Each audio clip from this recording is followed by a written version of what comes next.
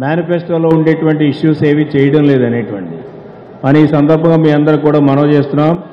ఏదైతే మేనిఫెస్టోలో చెప్పామో మేనిఫెస్టోలో చెప్పినటువంటి 100% అన్నీ కూడా మనం ఇంప్లిమెంట్ చేస్తూ ఉన్నాం అనేది కూడా మీకు ఈ సందర్భంగా మనం చేస్తూ ఉన్నాం. పట్టిసీమ మన మేనిఫెస్టోలో లేదు, పోలవరం మేనిఫెస్టోలో లేవు. ఇప్పుడు కూడా కొన్ని వేల కోట్ల రూపాయలు ఖర్చు పెట్టి ఈనాడు ఆ ఇష్యూస్ కూడా మనం టేకప్ చేస్తే ఈయన ప్రతిపక్షం అర్థం లేనటువంటి వాదన చేస్తున్నారనేది కూడా మనం చెప్పవలసినటువంటి అవసరం ఉందనేది కూడా మీకు ఈ సందర్భంగా మనం చేస్తున్నాం. చేసి కార్యకర్తల గుండె చప్పుడు చెప్తా ఉన్నాం. నాయకులుగా ఉన్న మనం ఒళ్ళు దగ్గర పెట్టుకొని ఉండాలి, ఒళ్ళు చరుచుకొని ఉండాలి.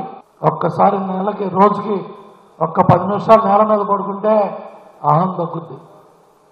కార్యకర్తల కష్టం తెలుసులే.